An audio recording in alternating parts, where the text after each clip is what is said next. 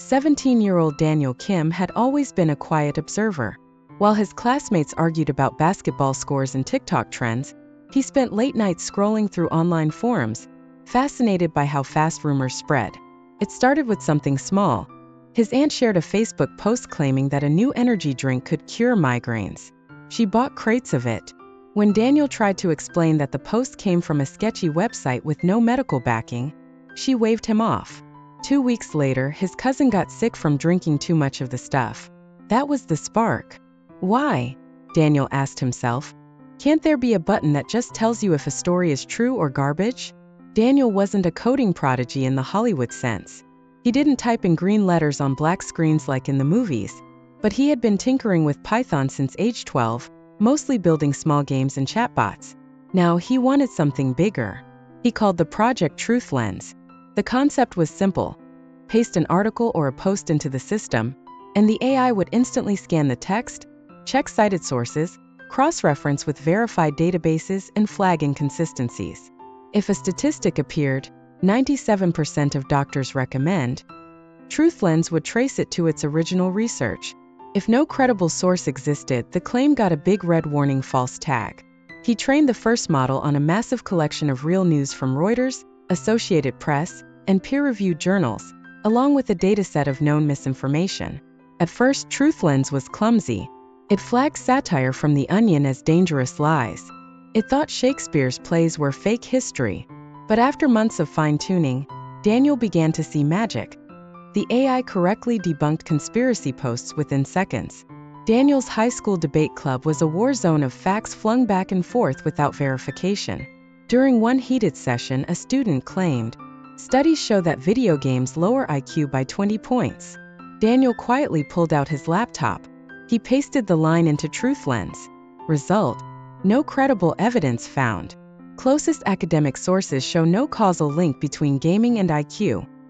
He raised his hand, showed the result on the projector, and the room went silent. For the first time, Daniel wasn't invisible. Daniel put a simple website online, truthlens.io. It allowed anyone to paste in a headline and see the verification. He expected maybe a few curious classmates. Instead, within a week, the site was trending on Reddit's r/technology. A journalist tweeted, "High school kid built an AI that fact-checks faster than I can Google. This could save us." Traffic exploded. 10,000 users in the first day. 100,000 by the end of the week. Servers crashed. Daniel scrambled to upgrade, borrowing his parents' credit card to buy more cloud space. Emails poured in. Journalists begging for API access. Teachers wanting to integrate it into classrooms. Parents thanking him because their relatives finally stopped forwarding fake medical tips. TruthLens was no longer a science project. It was a lifeline. But not everyone was happy. Conspiracy groups on Telegram called TruthLens censorship software. Influencers who thrived on clickbait saw their traffic dip when fans started fact-checking them. Some even tried to hack the site. Daniel received anonymous threats. "Shut it down, kid, or else." He was scared, but he kept working. "I'm not censoring," he told his mom one night. "I'm just showing the receipts. If the truth hurts them, that's not my fault." The attention brought investors. A small venture capital firm offered seed funding. Over pizza in a cramped office, Daniel and 2 college-age engineers formed TruthLens Incorporated. They built a browser extension so users didn't even have to copy and paste. Fake news would be highlighted and read directly on their social media feeds. Journalists adopted it like wildfire. Major newspapers installed TruthLens into their editorial workflow. Within a year, several universities integrated it into media literacy classes. Revenue came from licensing the tool to newsrooms and platforms.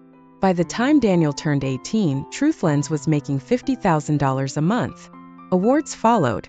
Daniel stood on stage at a digital ethics conference, a lanky teenager in an oversized blazer, as the audience of professors and CEOs applauded. "This isn't about me," he said nervously into the mic. "It's about giving people armor against manipulation." Lies spread fast, but the truth should spread faster. The clip went viral. Teachers played it in classrooms. Daniel became the reluctant face of the fight against misinformation. TruthLens had to evolve. Fake news wasn't just articles anymore. It was deepfake videos, AI-generated images, doctored audio. Daniel's team expanded the system, frame-by-frame video analysis, voice sprint comparison for speeches, reverse image search for memes. Now, a fake photo of a politician caught bribing someone could be debunked in seconds, with side-by-side evidence of the original unedited photo. The public trusted TruthLens so much that nightly news shows began displaying its stamp, heavy checkmark verified by TruthLens. 2 years after the launch, Daniel received an email from the CEO of Infosphere, one of the largest global news platforms. "We'd like to acquire TruthLens." The offer? $320 million. Daniel's hand shook as he read the number. He was 19, living with his parents, still eating ramen for dinner. Now someone was offering him a fortune. His parents worried. Are they just going to bury your invention? But Infosphere promised the opposite. Full integration, worldwide reach, more resources, more languages. After sleepless nights, Daniel signed. News broke everywhere. Teenager sells fake news detection startup for $320 million. Daniel's photo appeared on every major outlet. Interviewers called him the boy who saved the truth. But he didn't retire on a yacht.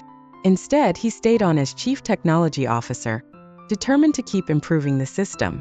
For Daniel, it wasn't about the money. It was about that day in debate club when he proved a lie wrong. It was about his aunt not falling for scams. He knew misinformation would never die. It would adapt, mutate, evolve. But so would TruthLens. Years later, journalists would say that the turning point in the war on fake news wasn't a new law or government crackdown. It was a boy in his bedroom who got tired of watching lies win and decided to fight back with code.